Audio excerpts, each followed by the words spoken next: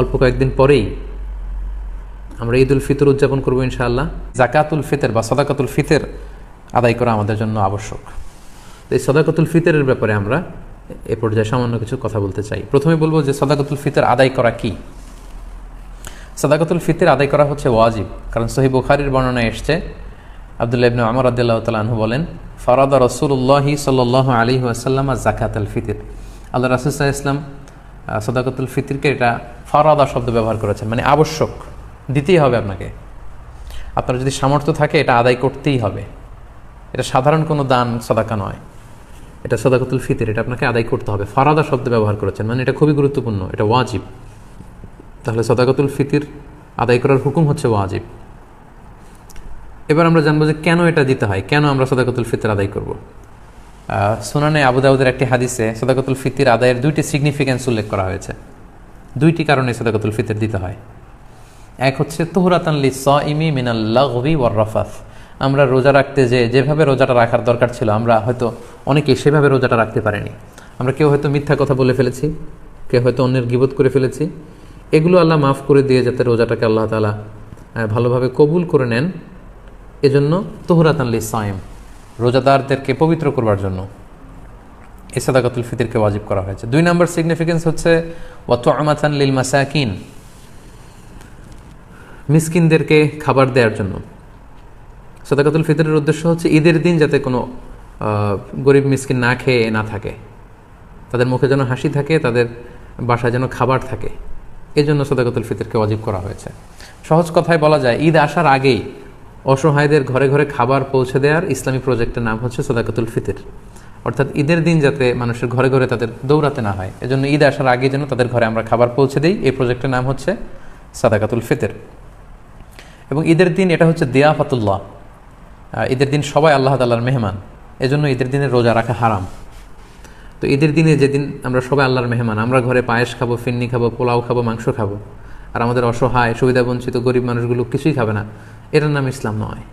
তাই ইসলাম চেয়েছে ঈদ আসার আগে তাদের ঘরে যেন ঈদের আনন্দ পৌঁছে যায়, এবং সেটার নামই হচ্ছে সাদাকাতুল ফিতর। এই সাদাকাতুল ফিতর কার জন্য ওয়াজিব? আল্লাহর হাবিব সাল্লাল্লাহু আলাইহি ওয়াসাল্লাম বলেছেন, মুসলমানদের মধ্য থেকে সামর্থ্যবান সবার জন্য এটা ওয়াজিব। সহিহ বুখারীতে এসেছে, আব্দুল্লাহ ইবনে উমর রাদিয়াল্লাহু তাআলা আনহু বর্ণনা করেন যে আল্লাহ রাসূল সাল্লাল্লাহু আলাইহি ওয়াসাল্লাম সাদাকাতুল ফিতরকে ওয়াজিব করেছেন আলাল আবদি ওয়াল হুররি ওয়াল যাকারি ওয়াল উনসা ওয়াস সগীরি ওয়াল কাবীরি মিনাল মুসলিমিন। অর্থাৎ মুসলমানদের মধ্যে থেকে স্বাধীন কিংবা আজাদ করা দাস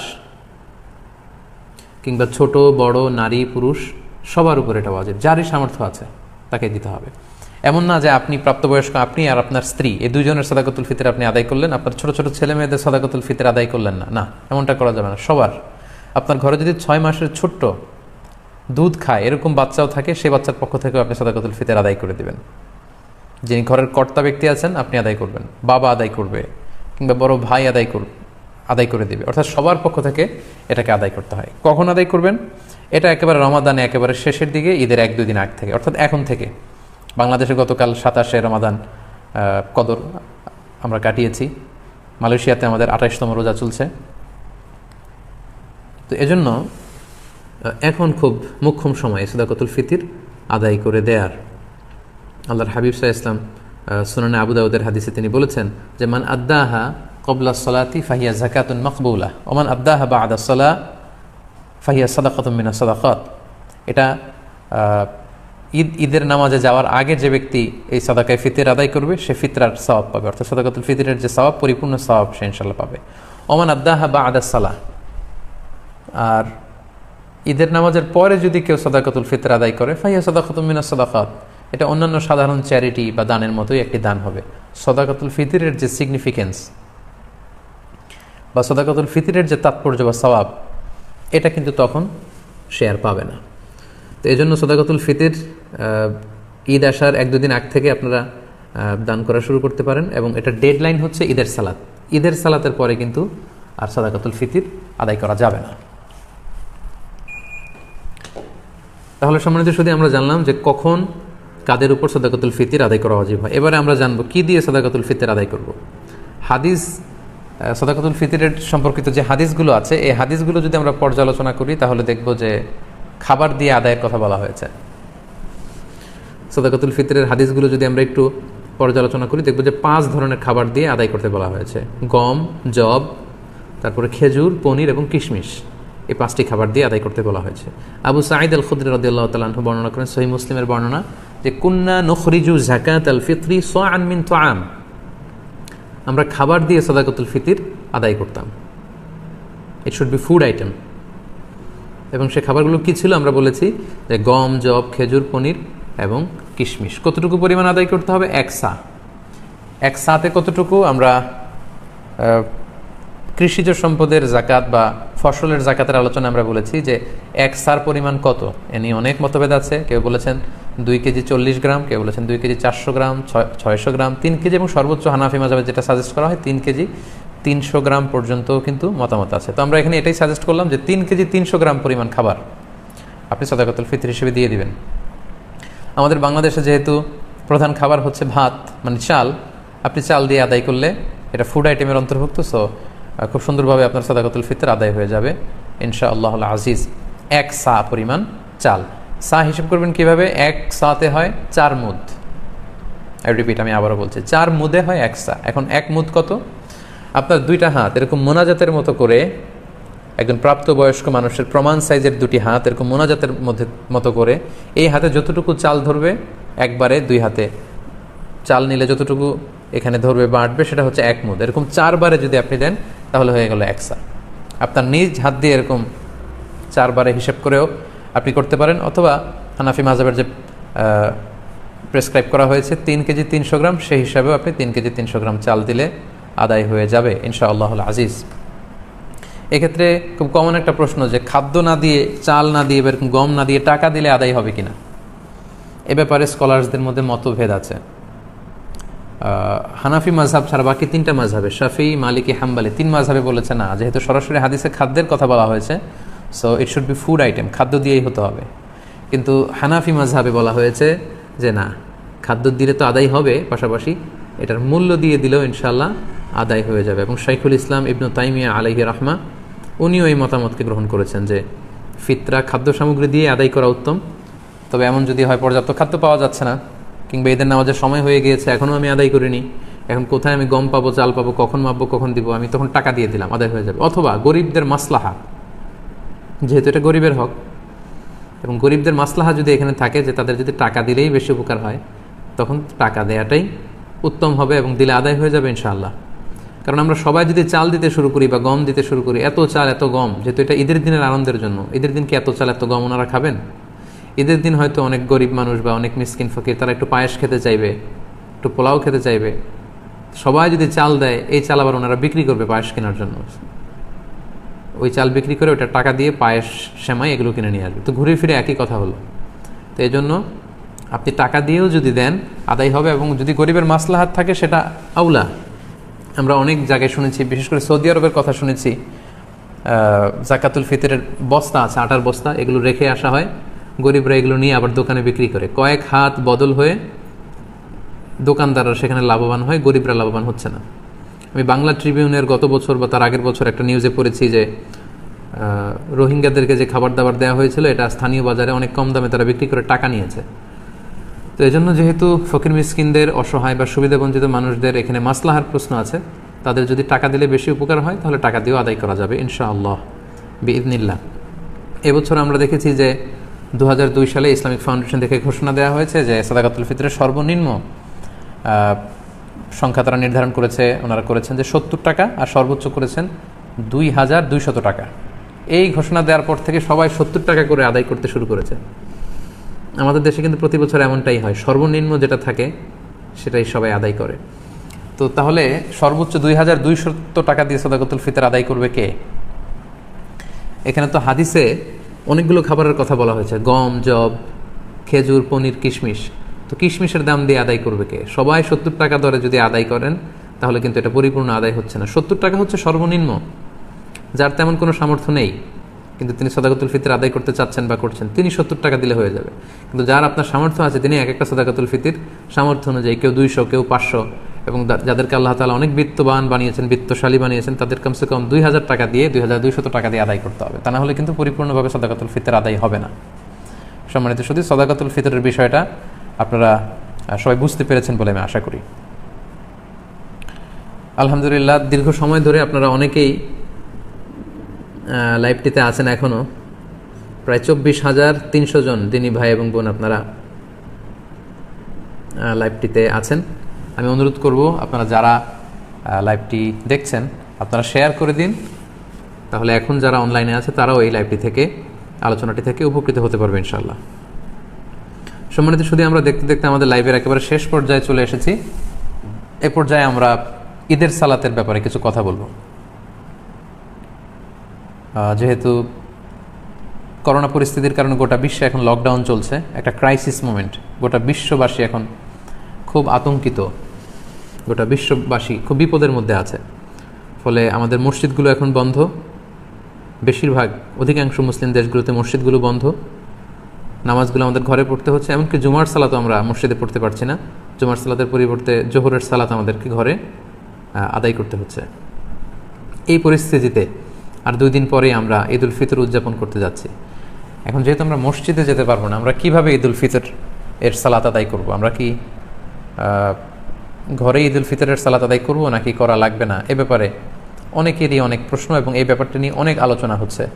এবং পৃথিবীর বেশিরভাগ মুসলিম দেশগুলোর যে মুসলিম স্কলাররা বা ফতুয়া বোর্ডগুলো আছে তারাও এই ব্যাপারটা নিয়ে গবেষণা করে ফতুয়া দিচ্ছেন। এই ব্যাপারটি এত বেশি আলোচিত হওয়ার কারণ হচ্ছে এর আগে কখনো এরকম পরিস্থিতি, এটা একটা উদ্ভূত পরিস্থিতি, এরকম পরিস্থিতি বা সিচুয়েশন আমরা কখনো ফেস করিনি। আমার এই জীবনে আমি কখনো দেখিনি যে ঈদের সময় আমাদেরকে এরকম আবদ্ধ থাকতে হচ্ছে। আপনাদেরও অভিজ্ঞতা যদি আপনারা শেয়ার করেন তাহলে একই অবস্থা দাঁড়াবে যে আমরা আমাদের পুরো জীবনে এরকম রমাদান কাটাইনি। It's a unique Ramadan and it's going to be a unique Eid celebration for Muslim Ummah around the world. গোটা বিশ্বব্যাপী এটা আমাদের জন্য একটা ইউনিক ডিফারেন্ট ঈদ হবে। তো যেহেতু ডিফারেন্ট, সো এটার মাসআলাটাও একটু ডিফারেন্ট, যে আমরা ঘরে ঈদের সালাত পড়তে পারবো কি পারবো না, এই প্রশ্ন কেউ কখনো আগে করেনি বা করার প্রশ্ন আসেনি। তো এই ব্যাপারে আমরা সংক্ষিপ্ত পরিসরে কিছু কথা শেয়ার করতে চাই। প্রথমে আমরা বলবো যে ঈদের সালাতের হুকুমটা কি, এ ব্যাপারে আমরা জেনে নিই। আমরা জানি যে বছরে আমরা 2 বার ঈদ উদযাপন করি। আমাদের সবচেয়ে বড়, the biggest carnival and festival of Muslim community, আমাদের সবচেয়ে বড় ধর্মীয় উৎসব ঈদ উল ফিতর এবং ঈদ উল আজহা। এবং আমরা এই 2টি দিন ঈদের সালাত পড়ার মধ্য দিয়ে আনন্দ উৎসব শুরু করি। এই ঈদের সালাতের হুকুম কি, এক্ষেত্রে স্কলারদের মতভেদ রয়েছে, একাধিক মতামতের ব্যাপারে পাওয়া যায়। মালিকি এবং শাফি মাযহাবে ঈদ উল ফিতর এবং ঈদ উল আজহা এই ঈদের সালাতগুলো আদায় করার বিধান হচ্ছে, ওনারা বলেছেন যেটা সুন্নাতে মুআক্কাদা, মানে রেকমেন্ডেড সুন্নাহ, গুরুত্বপূর্ণ সুন্নাহ, যেখানে এমফাসাইজ দেওয়া হয়েছে। হাম্বালি মাযহাব মতে এটা ফরজে কেফায়া, অর্থাৎ এলাকার কিছু অংশ লোক যদি আদায় করে বাকিদের উপর থেকে এটার জিম্মাদারি কেটে যাবে। কিন্তু হানাফি স্কুল অফ থটে এটাকে আরও বেশি গুরুত্ব দেওয়া হয়েছে। হানাফি মাযহাব মতে ঈদের সালাত আদায় করা হচ্ছে ওয়াজিব, এবং শাইখুল ইসলাম ইবনু তাইমিয়া এবং ইমাম শাওকানি সহ আরও অনেকেই এই মতামতকে গ্রহণ করেছেন, অর্থাৎ ওয়াজিব, খুবই গুরুত্বপূর্ণ। যদি কেউ এটাকে তরক করে তাহলে সে গুনাহগার হবে ওয়াজিব তরক করার কারণে। এবং আমরা কোরআন সুন্নাতেও যদি একটু দৃষ্টি দেই তাহলে দেখব যে অনেক গুরুত্বের সাথে এই সালাতের ব্যাপারে বলা হয়েছে। আমরা সূরা কাউসারের 2 নম্বর আয়াতের দিকে যদি খেয়াল করি, সেখানে আল্লাহ তাআলা বলছেন ফাসল্লি লিরাব্বিকা ওয়ানহার। যদিও এখানে ঈদ উল আজহার প্রসঙ্গটা টানা হয়েছে যে নবী আপনি আগে সালাত আদায় করুন আপনার রবের জন্য, তারপরে আপনি উট নহর করুন, মানে আসসালাতু আউওয়ালান ওয়ান নাহরু সানিয়ান। ঈদ উল আজহাতে আগে সালাত পড়ুন, তারপর আপনি জবাই করুন। তাহলে এখানে অর্ডার দেওয়া হয়েছে এদের সালাত পড়ার জন্য। এবং সহিহ বুখারীতে একটি হাদিস আমরা পাই, উম্মে আতিয়া রাদিয়াল্লাহু তাআলা আনহা উনি বর্ণনা করেন যে আমারানা রাসূলুল্লাহ সাল্লাল্লাহু আলাইহি ওয়াসাল্লাম আন নুখরিজাহুন্না ফিল ফিত্রি ওয়াল আদহা। ঈদ উল আজহা এবং ঈদ উল ফিতরে আমাদের নারীরা যারা আছে তাদের সবাইকে নিয়ে যেন আমরা ঈদগাহে যাই, এ ব্যাপারে রাসূল সাল্লাল্লাহু আলাইহি ওয়াসাল্লাম আমারানা আদেশ করেছেন। ইট ওয়াজ অ্যান অর্ডার, রাসূল সাল্লাল্লাহু আলাইহি ওয়াসাল্লাম আদেশ করেছেন স্পেশালি। আল্লাহ তাআলা যেমনি সূরাতুল কাউসারে আদেশ করেছেন ফাসল্লি লিরাব্বিকা ওয়ানহার। এবং সহিহ বুখারীর এই হাদিস থেকে আমরা জানি যে আমারানা, রাসূল সাল্লাল্লাহু আলাইহি ওয়াসাল্লাম আমাদেরকে আদেশ করেছেন যাতে করে আমরা আমাদের নারীদেরকে নিয়ে ঈদগাহে যাই। আল আওয়াতিক ওয়াল হুইয়াদা ওয়া যাওয়াতিল খুদুর, অর্থাৎ যুবতী নারীদেরকে, এমনকি মেনস্ট্রুয়েশনাল পিরিয়ড চলছে যেই বোনদের মাসিক চলছে তাদেরকেও যাতে ঈদগাহে নিয়ে যাওয়া হয়, তারাও যাতে ঈদের আনন্দ থেকে এই বারাকা থেকে মাহরুম না হয়। ও যাওয়াতিল খুদুর, এবং পর্দানসীন বা অন্দরমহলের নারীরা অর্থাৎ কুমারী নারীরা যারা খুবই লজ্জাশীল তাদের সবাইকে নিয়ে যাতে ঈদগাহে যাওয়া হয়। فأما الحيض فيعتزلن الصلاة ويشهدن الخير ودعوة المسلمين। এখন যাদের পিরিয়ড চলছে আল্লাহ রাসূল সাল্লাল্লাহু আলাইহি ওয়াসাল্লাম তাদেরকেও নিয়ে যেতে বলেছেন। এখন তারা তো পিরিয়ড চলাকালীন সময় তো নামাজ পড়া যায় না, কোরআন ধরা যায় না, তাওয়াফ করা যায় না, অনেক কিছু করা যায় না, তো তারা কেন যাবে? তো তিনি বললেন যে তারা যাবে, তারা যেন এই কল্যাণের সাথে শরীক হতে পারে, ঈদের আনন্দ যাতে সবাই মিলেমিশে একাকার হতে পারে, ভাগাভাগি করে নিতে পারে।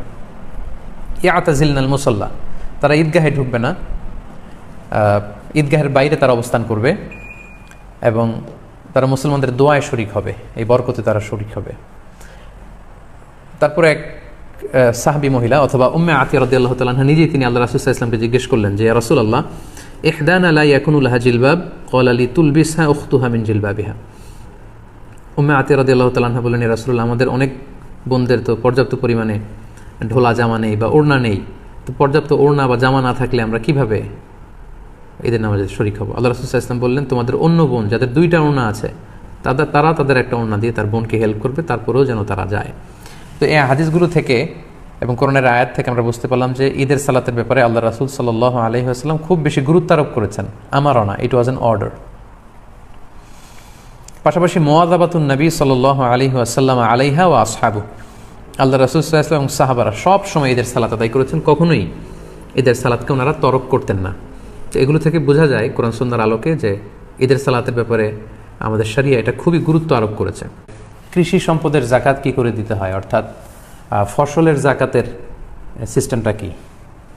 আমাদের অনেকের এ ব্যাপারে অবহেলা আছে বা জানার ঘাটতি আছে। আমরা অনেকেই জানি না যে ফসলের জাকাত দিতে হয় বা জাকাত দিতে হয়, এটা জানলেও এ ব্যাপারে আমরা খুব একটা সিনসিয়ার না। আজকের এই আলোচনার মধ্যে দিয়ে ফসলের জাকাত কিভাবে আদায় করতে হয় বা কৃষি সম্পদের জাকাত কিভাবে দিতে হয় সে ব্যাপারে আমরা আপনাদেরকে জানাবার চেষ্টা করব ইনশাআল্লাহ। সম্মানিত শুধু গত সপ্তাহে আমরা সম্পদের জাকাত কি করে দিতে হয়, ব্যবসায়ী পণ্যের জাকাত, উরুদুত তিজারা, আমরা যারা বিজনেস করি তাদের জাকাত কীভাবে দিতে হয়, আমাদের যে ক্যাশ টাকা থাকে, আমাদের যে স্বর্ণালঙ্কার থাকে, এগুলোর জাকাতের সিস্টেম জেনেছি। তো স্বর্ণালঙ্কার বা ক্যাশ টাকা বা উরুদুত তিজারা, ব্যবসায়ী পণ্যের উপর জাকাত বা টাকা পয়সা বা অলঙ্কারের উপর জাকাত প্রদান করা যেমনি ফার্জ, ঠিক অনুরূপভাবে ফসলের জাকাত প্রদান করাটাও কিন্তু ফার্জ, যেটাকে ইসলামের ভাষায় ওশর বা নিসফ ওশর বলে। এটা দেওয়াও কিন্তু আবশ্যক, কিন্তু এ ব্যাপারে আমাদের মধ্যে খুব একটা গণসচেতনতা নেই এবং অনেকটা বলা যায় যে আমাদের মধ্যে অবহেলা কাজ করে বা আমাদের জানাশোনারও বেশ অভাব। একটা সময় আমাদের দেশে যখন সুলতানি আমল ছিল তখন কিন্তু ওশর সেভাবে আদায় করা হতো, কিন্তু পরবর্তীতে ইংরেজরা এসে যখন এই জমিগুলো দখল করে নিল, আস্তে আস্তে সুলতানদের ক্ষমতাকে খর্ব করা হলো, তখন থেকে কিন্তু এই ওশরের পদ্ধতি, এই বিধানটি এদেশে লঙ্ঘিত হয়ে আসছে এবং অনেকের মধ্যে এই ব্যাপারে সাবধানতা বা সচেতনতা নেই। তো আজকে আমরা এই বিষয়টি নিয়ে প্রথমে কথা বলতে চাই, ফসলের জাকাত আমরা কিভাবে দিব। আমাদের অনেকে আছেন অনেক বড় চাষি, অনেক কিছু তারা চাষ করেন, পেশায় তারা কৃষক, অনেক কিছু উৎপাদন করেন, এগুলোর জাকাত আমাদের দিতে হবে কিনা? আসলে জমিন থেকে আল্লাহ তাআলা যেটাই উৎপন্ন করেন সেটার জাকাতে কিন্তু আমাদেরকে দিতে হবে, কারণ এটাও আল্লাহ তাআলার পক্ষ থেকে একটা বড় ধরনের নেয়ামত। সূরাতুল বাকারার 267 নম্বর আয়াতে আল্লাহ তাআলা ইরশাদ করছেন, ইয়া আইয়ুহাল্লাযীনা আমানু আনফিকু মিন তাইয়্যিবাতি মা কাসাবতুম, অর্থাৎ ওহে বিশ্বাসীরা তোমরা হালাল থেকে যা উপার্জন করো সেটা থেকে জাকাত দাও। পাশাপাশি অমিম্মা আখরাজনা লাকুম মিনাল আরদ, আর জমিন থেকে, পৃথিবী থেকে আমি তোমাদের জন্য যেটা উৎপন্ন করে দেই সেটা থেকেও তোমরা জাকাত দাও। তাহলে এই আয়াতের দ্বিতীয়াংশ থেকে কিন্তু আমরা বুঝতে পারছি জমিন থেকে যে ফল ফসল বা কৃষিপণ্য উৎপন্ন হয় সেটার উপরও কিন্তু জাকাত আবশ্যক, যেটাকে ওশর বা নিসফ ওশরের পদ্ধতি বলে। তাহলে এই আয়াত থেকে আমরা বুঝলাম ফসলের জাকাত দেওয়া এটা ফার্জ, যেমনি সম্পদের জাকাত দিতে হয়, কারণ আল্লাহ তাআলা সুস্পষ্টভাবে বলছেন যে অমিম্মা আখরাজনা লাকুম মিনাল আরদ, জমিন থেকে আমি যেটা উৎপন্ন করি তোমাদের জন্য সেটার উপর তোমাদের জাকাত দিতে হবে। এবং সূরাতুল আনআমের 141 নম্বর আয়াতে আল্লাহ তাআলা বলছেন ওয়া আতু হাক্কাহু ইয়াউমা হাসাদি, তোমরা যেদিন ফসল কেটে ফসলগুলো ঘরে তুলো ওই দিন এই ফসলের হক তোমরা আদায় করে দাও, মানে জাকাত দিয়ে দাও। তাহলে সূরা বাকারার এবং সূরাতু আল আনআমের এই দুটি আয়াত থেকে আমরা এই বিষয়টি স্পষ্ট হতে পারলাম যে ফসলেরও কিন্তু জাকাত আছে। জমিন থেকে যেটা উৎপন্ন হয়, যেটাকে আমরা চাষোৎপন্ন প্রোডাক্ট বলি, এগুলোর উপরও কিন্তু আমাদেরকে জাকাত দিতে হবে। এখন জমিন থেকে আমরা সামান্য কিছু উৎপাদন করলেই কি জাকাত দিতে হবে? কতটুকু চাষাবাদ করলে বা কতটুকু ফসল উৎপাদন করলে আমাদেরকে জাকাত দিতে হবে, এই ব্যাপারটি আমরা একটু ক্লিয়ার হই। আসলে সামান্য কিছু ধান পাট এগুলো উৎপাদন করলেই যে জাকাত দিতে হবে বিষয়টি এমন নয়। যদিও ইমাম আল আদম আবু হানিফা রহিমাহুল্লাহ ওনার মতামত হচ্ছে যে যাই উৎপাদন হয় সেটারই জাকাত দিতে হয়, কিন্তু বেসিকলি এক্ষেত্রে নির্ভরযোগ্য বা গ্রহণযোগ্য মতামত হচ্ছে 5 ওয়াসাকের কম হলে সেই চাষাবাদ থেকে সেটার জাকাত দেওয়া লাগে না। কারণ সেই হাদিসে এসেছে, সেই বুখারিতে এসেছে, আল্লাহর হাবিব সাল্লাল্লাহু আলাইহি সাল্লাম ইরশাদ করেছেন, লাইসা ফিমা আকাল্লু মিন খামসাতি আওসুকিন সাদাকা, অর্থাৎ 5 ওয়াসাকের কমে যদি তোমাদের ফসল হয় সেই ফসলে কোনো জাকাত দেওয়া লাগবে না। এখন আমাদেরকে জানতে হবে যে 5 ওয়াসাকটা কি। 1 ওয়াসাকে হয় 60 সা, 60 সাআন। 1 সাতে কত, এটা নিয়ে স্কলারদের মধ্যে অনেক মতভেদ আছে। কেউ কেউ কোনো স্কলাররা বলেন যে 1 সাতে হয় 2 কেজি 40 গ্রাম, কোনো বর্ণনা মতে 2 কেজি 400 গ্রাম, 2 কেজি 600 গ্রাম, এমনকি 3 কেজি থেকে শুরু করে 3 কেজি 300 গ্রাম পর্যন্ত মতামত রয়েছে। এক্ষেত্রে সায়ের ক্ষেত্রে বেসিকলি 2টা সাকে স্ট্যান্ডার্ড ধরা হয়, একটা হচ্ছে মদিনার সা আর একটা হচ্ছে ইরাকের সা। তো মদিনার সাকে যদি আপনি স্ট্যান্ডার্ড ধরেন তাহলে সেক্ষেত্রে 60 সা বা 5 ওয়াসাকে আসছে আমাদের বাংলাদেশে যদি মনে আমরা কনভার্ট করি তাহলে হয় 17 মন। আর যদি আমরা ইরাকের সাকে স্ট্যান্ডার্ড ধরি, যেটা হানাফি মাযহাবে রেকমেন্ড করা হয়, সেটাই আমি আপনাদেরকে জানাচ্ছি, সেটাকে যদি আমরা স্ট্যান্ডার্ড ধরি তাহলে 5 ওয়াসাকে হয় প্রায় 25 মন। তার মানে 25 মনের কম যদি আপনার ফসল উৎপন্ন করা হয় সেই ফসলে কোনো জাকাত হয় না, যেহেতু আল্লাহর হাবিব সাল্লাল্লাহু আলাইহি সাল্লাম বলেছেন, লাইসা ফিমা আকাল্লু মিন খামসাতি আওসুকিন সাদাকা, 5 ওয়াসাকের কমে কোনো ফসলে জাকাত দিতে হয় না, আর 5 ওয়াসাকে হয় 25 মন। যদিও ইউসুফ আল কারদাভি ওনার ফিকহুজ জাকা, ওনার বিখ্যাত একটি বই জাকাত রিলেটেড, ওই বইয়ের মধ্যে 80 মনের কথা উল্লেখ করেছেন। তাহলে কম ধরলে 17 মন, আর সর্বোচ্চটা যদি আমরা হানাফি মাযহাবের মতামত অনুযায়ী ধরি তাহলে 25 মন। তাহলে সম্মানিত শুধু আমরা বুঝতে পারলাম যে 25 মন যদি আপনি চাষাবাদ না করেন, 25 মন বা তার চাইতে বেশি যদি না হয় তাহলে ওই ফসলে আপনার জাকাত দেওয়া লাগবে না। অর্থাৎ আপনার নিজের খাওয়া দাওয়ার জন্য বা পারিবারিকভাবে আপনি চাষ করেছেন, ধান চাষ করলেন 10 মন কিংবা 15 মন কিংবা 18 মন, তো সেই 10 মন 15 মনে কিন্তু আপনার কোনো জাকাত দেওয়া লাগবে না। যখন আপনার পুরো ফসলের পরিমাণটা 25 মনে যেয়ে পৌঁছবে তখন আপনাকে জাকাত আদায় করতে হবে। আশা করি ফসলের জাকাতের যে নিসাব সেটা আপনারা বুঝতে পেরেছেন। এই ফসলের জাকাতের ক্ষেত্রে আরেকটা শর্ত হচ্ছে এই ফসলগুলো এমন হতে হবে যেগুলোকে গুদামজাত করা যায়, মানে অনেক দিন বাসায় রেখে দেওয়া যায়, অর্থাৎ এগুলো সহজেই পচনশীল নয়। যেমন ধরুন ধান, গম, ভুট্টা, ডাল, যেগুলো এমনি বাসাতে অনেক দিন রেখে দেওয়া যায়। তো যেগুলোকে গুদামজাত করা যায়, যেগুলো পচনশীল নয়, অনেক দিন বাসায় রাখা যায়, এরকম কোনো চাষাবাদ যদি আপনি করেন এবং সেটার পরিমাণ যদি 25 মন হয় কিংবা তার চেয়ে বেশি হয় তখন আপনাকে জাকাত দিতে হবে। তার মানে আমরা বুঝলাম যে পচনশীল কোনো খাদ্যদ্রব্যাদির উপর জাকাত হয় না। যেমন শাকসবজি, কলা, পেঁপে, আম, এগুলো দীর্ঘদিন রেখে দেওয়া যায় না, এগুলো খুব দ্রুতই পচে যায়, এগুলোকে গুদামজাত করা যায় না। তো এগুলোর ক্ষেত্রে কি মোটেই জাকাত দেওয়া লাগবে না? না, এগুলোর জাকাত দেওয়া লাগবে। যারা শাকসবজির ব্যবসা করছেন, কলার ব্যবসা, পেঁপের ব্যবসা, আমের ব্যবসা, তাদের উরুদ তিজারা বা ব্যবসায়ী পণ্যের যে জাকাতের সিস্টেম সেটা অনুযায়ী জাকাত দিতে হবে, যেটা আমরা গত লাইভে আপনাদেরকে জানানোর চেষ্টা করেছি। অর্থাৎ এই ব্যবসা থেকে যে প্রফিট আসে ওই প্রফিটের উপর জাকাত আসবে, এবং যেদিন আপনি হিসাব করতে বসবেন জাকাতের, ওই দিন এই বিজনেস থেকে প্রফিট এসে সেই প্রফিটের টাকাগুলো আপনার হাতে, আপনার বাসায় কিংবা ব্যাংকে যা যা আছে সেগুলো হিসাব করতে হয়, এবং ওই দিন কি কি পণ্য বিক্রি করার মতো আছে সেগুলোর মূল্যমান নির্ধারণ করে যোগ করতে হয়, সেগুলো ব্যবসায়িক পণ্য হিসেবে। কিন্তু জমির ফসলের যদি জাকাত আপনাকে ক্যালকুলেট করতে হয় সেক্ষেত্রে সেটা কমসে কম 25 মন হতে হবে, পাশাপাশি সেগুলো গুদামজাত করা যায়, সহজে পচে যায় না, এরকম পণ্য হতে হবে। ফসলের জাকাতের ক্ষেত্রে আরও একটি শর্ত হচ্ছে যে এখানে হাউলানুল হাউল যেটা আমরা বলি সম্পদের জাকাতের ক্ষেত্রে, যে 1 বছর 1 চান্দ্র বছর পূর্ণ হয়, এটা কিন্তু শর্ত নয়। ফসলের জাকাতের ক্ষেত্রে 1 বছর আপনার কাছে থাকলে তারপরে জাকাত দিবেন, ব্যাপারটি এমন নয়। যেমনি স্বর্ণালঙ্কার, টাকা পয়সা বা ব্যবসায়িক পণ্যের ক্ষেত্রে শর্ত হচ্ছে এগুলো 1 বছর আমাদের কাছে থাকতে হবে, কিন্তু ফসলের জাকাতের ক্ষেত্রে কিন্তু এরকম শর্ত নয়। বরং ফসলের জাকাতের ক্ষেত্রে হচ্ছে যেদিন আপনি ফসল কেটে ঘরে নিয়ে আসবেন ওই দিনই আপনাকে জাকাত দিতে হবে। কারণ আল্লাহ তাআলা সূরাতুল আনআমের 141 নম্বর আয়াতে বলেছেন, ওয়া আতু হাক্কাহু ইয়াউমা হাসাদি, যেদিন তোমরা ফসল কেটে ঘরে নিয়ে আসবে ওই দিন তোমরা জাকাত দাও। সেই হিসেবে আপনি যদি 3-4টা ফসলের চাষ করেন তাহলে 3-4টা ফসলেরই জাকাত কিন্তু আপনাকে আলাদা আলাদাভাবে পে করতে হবে যেদিন আপনি ফসল কেটে বাসায় নিয়ে আসবেন, এবং সেটা যদি গুদামজাত করার মতো ফসল হয় এবং সে ফসলের পরিমাণ যদি কমসে কম 25 মন হয় কিংবা তার চেয়ে বেশি হয় তখন আপনাকে জাকাত দিতে হবে। এখন কতটুকু জাকাত আপনি দিবেন? ফসলের জাকাতের ক্ষেত্রে দুইটা নিয়ম, আমি খুব সহজভাবে আপনাদেরকে বুঝিয়ে দেওয়ার চেষ্টা করছি। ফসলের জাকাতের ক্ষেত্রে নিয়ম হচ্ছে দুইটা, একটাকে বলে অশর আর একটা নিসফ অশর। অশর মানে 10%, নিসফ অশর মানে 5%। ফসলের জাকাতের ক্ষেত্রে যে শর্তগুলো বললাম এগুলোর সাপেক্ষে যদি ফসলের জাকাত আপনার উপর ওয়াজিব হয়, তখন আপনি দুইটা সিস্টেমে জাকাত দিতে হবে, হয় অশর দিবেন নয় নিসফ অশর দিবেন। অশর কি? অশর মানে হচ্ছে 10% জাকাত আপনাকে দিতে হবে। এটা কখন? এটা হচ্ছে কস্ট ফ্রি কাল্টিভেশন, যেই চাষাবাদে আপনার তেমন একটা খরচ নেই, ইরিগেটেড ল্যান্ড, যেটা বৃষ্টির পানিতে চাষ করা যায়, যে জমি, যেখানে পানি আপনাকে কষ্ট করে ব্যবস্থাপনা করা লাগে না, কিনে আনা লাগে না, বৃষ্টির আল্লাহর দেয়া আকাশের বৃষ্টির পানিতেই যেই জমিতে চাষ হয়ে যায়, ওই জমিতে উপরের যে শর্তগুলো আমরা উল্লেখ করলাম সেগুলো পাওয়া গেলে আপনাকে অশর দিতে হবে, মানে 10% জাকাত দেবেন। পুরো ফসলকে ভাগ করলে এটা 10% আপনি আল্লাহ রাস্তায় দান করে দিতে হবে, অথবা এটার যে দাম হয় সে দামের 10% আপনি আল্লাহ রাস্তায় জাকাত দিয়ে দিতে হবে। এটা হচ্ছে অশর।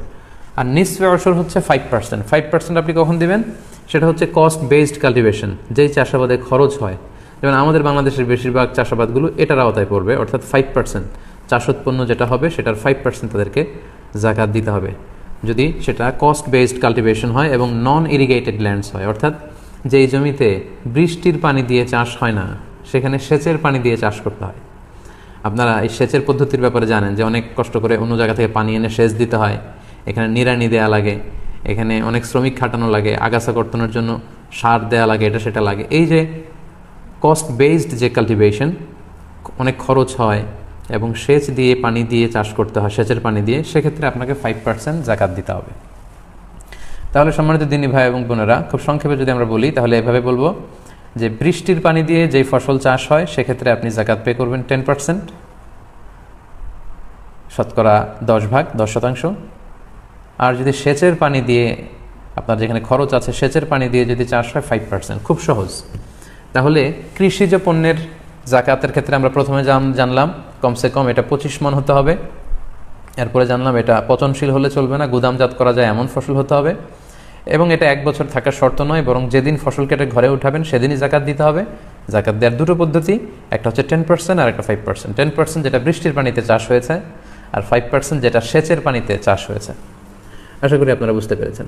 এখন কারো ক্ষেত্রে এমন হতে পারে যে তার ফসলের চাষাবাদে কিছুটা বৃষ্টির পানিও তাকে হেল্প করেছে, আবার সেচের পানির খরচও তার কিছু লেগেছে, মানে কিছু আল্লাহর দেয় বৃষ্টির পানি আর কিছু সেচের পানি, এরকমও হতে পারে। এরকম যদি হয় তখন সে মাঝামাঝি জাকাত দেবে, অর্থাৎ 5%ও দেবে না, 10%ও দেবে না, তখন সে দিবে 7.5%, মানে 10 আর 5-এর মাঝামাঝি। আশা করি ব্যাপারটি বুঝতে পেরেছেন। আপনারা জাকাত দেওয়ার যে হার বা পার্সেন্টেজ, এটা যদি আপনি খেয়াল করেন তাহলে দেখবেন যে যেখানে আপনার কষ্ট বেশি, খরচ বেশি, ওখানে আপনার কম পে করা লাগছে, আর যেখানে আপনার তেমন খরচ নেই, কষ্ট নেই, ওইখানে বেশি পে করা লাগছে। সুবহানাল্লাহ বিহামদি। ইসলাম কতটা ব্যালেন্সড, কতটা ভারসাম্যপূর্ণ। আমাদের সুযোগ সুবিধা, আমাদের চাহিদা, আমাদের কোনটাতে ভালো হবে, এই সব কিছু খেয়াল করেই কিন্তু আল্লাহ তাআলা এই বিধানগুলো আমাদেরকে দিয়েছেন। আপনি একটু খেয়াল করলে দেখবেন, the less you work the more you pay, and the more you work the less you pay. বেশি কাজ করছেন, বেশি কষ্ট করছেন, পে করবেন কম জাকাত। কষ্ট নাই, কাজ নাই, সেখানে পে করবেন বেশি। এখানে যদি খেয়াল করেন বৃষ্টির পানিতে চাষ হয়ে যায়, সেখানে দেওয়া লাগছে 10%, আর সেচের পানিতে হইলে সেখানে যদি শ্রমিক খাটানো লাগে, অনেক কষ্ট আছে, সেখানে কমিয়ে দেওয়া হয়েছে 5%। আবার আমরা যে ব্যবসা করি, ব্যবসায় সারা বছর ব্যবসা নিয়ে দিন রাত টেনশনে থাকতে হয়, কাজ করতে হয়, ব্যবসার সম্পদ, অর্থ উপার্জন, স্বর্ণালঙ্কার, এগুলোর ক্ষেত্রে কিন্তু আরও কমিয়ে দেওয়া হয়েছে 2.5%। আরেকটা জাকাত আছে যেটা খুব বেশি আলোচিত হয় না, সেটা হচ্ছে রাকায়েজ বলে এটাকে, গুপ্তধন, যেটা খুব একটা পাওয়া যায় না, হিডেন ট্রেজার। মাটির নিচে আপনি প্রাচীন আমলের অনেক এনশিয়েন্ট কোনো ট্রেজার পেলেন, গুপ্তধন, তো সেটা আপনি একেবারে ফাও পেয়ে গেলেন, এখানে কোনো কষ্টই আপনার করা লাগেনি, তো সেটার ক্ষেত্রেও কিন্তু জাকাত আছে। আপনি মাটির থেকে এটা পেয়েই পুরোটা ব্যবহার করতে পারবেন না, ইসলামের বিধান মতে এখানে 20% আপনাকে জাকাত দিতে হবে। তাহলে আমরা বুঝলাম যে the less you work the more you pay, the more you work the less you pay. আপনি যেখানে বেশি এফোর্ট দিচ্ছেন, বেশি কষ্ট, ওখানে অল্প জাকাত পে করতে হয়, যেখানে কষ্ট কম সেখানে বেশি জাকাত পে করতে হয়। সম্মানিত ভাই এবং বোনেরা, তাহলে ফসলের জাকাত বা কৃষিজ পণ্যের যে জাকাত, আশা করি এই বিষয়টি আপনাদের কাছে ক্লিয়ার হয়েছে। এবার আমরা চলে যাব পশু সম্পদের জাকাতের ব্যাপারে, অর্থাৎ প্রাণী সম্পদের জাকাত। কারণ আমাদের অনেকেই বিভিন্ন ধরনের পশু, গবাদি পশু, এগুলো লালন পালন করে থাকেন। এই গবাদি পশুর ক্ষেত্রে জাকাত কি হবে বা জাকাতের বিধান কি হবে, আমরা এ পর্যায়ে এই ব্যাপারে কথা বলবো ইনশাআল্লাহ। পশু সম্পদের জাকাতের ব্যাপারে কয়েকটি শর্ত আছে, বা প্রাণী সম্পদের যে জাকাতের বিধান সেক্ষেত্রে কয়েকটি শর্ত আছে। প্রথম কথা হচ্ছে যে কোনো পশুকেই বা যে কোনো প্রাণীকেই কিন্তু আল্লাহ তাআলা জাকাতের আওতাভুক্ত করেনি, বরং বাহিমাতুল আনআম, যেগুলো গবাদি পশু, গৃহপালিত পশু যেগুলো, যেমন ছাগল, ভেড়া, গরু, মহিষ, উট, এই জাতীয় পশুগুলোকে আল্লাহ তাআলা জাকাতের আওতায় করে দিয়েছেন। এবং এই পশু সম্পদের বা প্রাণী সম্পদের জাকাতের ক্ষেত্রে 3টি শর্ত আমাদেরকে খুব ভালো করে বুঝতে হবে। প্রথম শর্ত হচ্ছে এই প্রাণীগুলো সাইমা হতে হবে। সাইমা মানে হচ্ছে যে প্রাণীগুলোকে খাওয়াতে আপনার কোনো খরচ হয় না, বরং এই পশুগুলো বা এই গবাদি পশুগুলো বা প্রাণীগুলো বিলে যে বা চারণভূমিতে যে কিংবা চড়ের ঘাস লতাপাতা এগুলো খেয়ে, বিলে চড়ে চারণভূমিতে সেখানে যে লতাপাতা বছরের বেশিরভাগ সময় এভাবে মাঠের ঘাস খেয়ে বা বিলের, হাওড়ের বা চড়ের চারণভূমির ঘাস খেয়ে লতাপাতা খেয়ে যে পশুগুলো জীবন ধারণ করে সেগুলোর ক্ষেত্রে জাকাত হবে। যে পশুগুলোকে আপনার ভুসি খাওয়াতে হয়, গম খাওয়াতে হয়, অনেক খরচ করতে হয় এগুলোর পেছনে, ওই পশুগুলো জাকাত হবে না, এগুলো জাকাতের আওতার বাইরে। প্রাণী সম্পদের জাকাতের ক্ষেত্রে 2 নম্বর শর্ত হচ্ছে 1 চান্দ্র বৎসর পূর্ণ হওয়া, মানে এই গরু, ছাগল, ভেড়াগুলো যেগুলো জাকাতযোগ্য সেগুলো 1 বছর আপনার হাতে থাকতে হবে, বছরান্তে, বছর শেষে আপনি জাকাত দেবেন। 3 নম্বর শর্ত হচ্ছে গরু, ছাগল, ভেড়ার বা প্রাণী সম্পদের জাকাতের একটা নেশাব আছে। 2-4-5টা গরু থাকলেই যে আপনার জাকাত দিতে হবে এমনটা নয়, একটা নেশাব আছে। প্রাণী সম্পদের ক্ষেত্রে বা পশু সম্পদের ক্ষেত্রে নেশাবটা কি সেটা খুব সংক্ষেপে আপনাদেরকে একটু বলি। যেমন ছাগলের ক্ষেত্রে 20-25টা ছাগল থাকলেই যে জাকাত দিতে হবে এমনটা না, কমসে কম 40টা ছাগল থাকতে হবে। 40টা ছাগল যখন আপনার থাকবে তখন আপনাকে জাকাত দিতে হবে। এবং এই 40টা ছাগল এগুলোকে খড় বা ভুসি বা ঘাস বা এগুলো কিনে আপনাকে খাওয়াতে হয় না, বরং চারণভূমিতে, হাওড়ে, বিলে, মাঠে যে ঘাস খেয়ে এগুলো জীবন ধারণ করে, এরকম হতে হবে। যদি এরকম হয় এবং পূর্ণ 1 বছর আপনার কাছে থাকে, তাহলে 40টা যদি ছাগল হয়, বছর শেষে আপনি একটা ছাগল আল্লাহর রাস্তায় জাকাত দিতে হবে।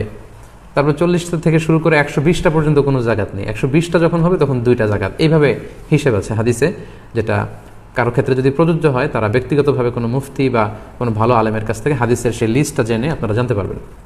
গরু বা মহিষের ক্ষেত্রে 10-15টা গরু থাকলে যে বা মহিষ থাকলে জাকাত দিতে হবে এমনটা না, কমসে কম 30টা গরুর জাকাতের নিসাব হচ্ছে কমসে কম 30টা গরু থাকলে জাকাত দিতে হয়।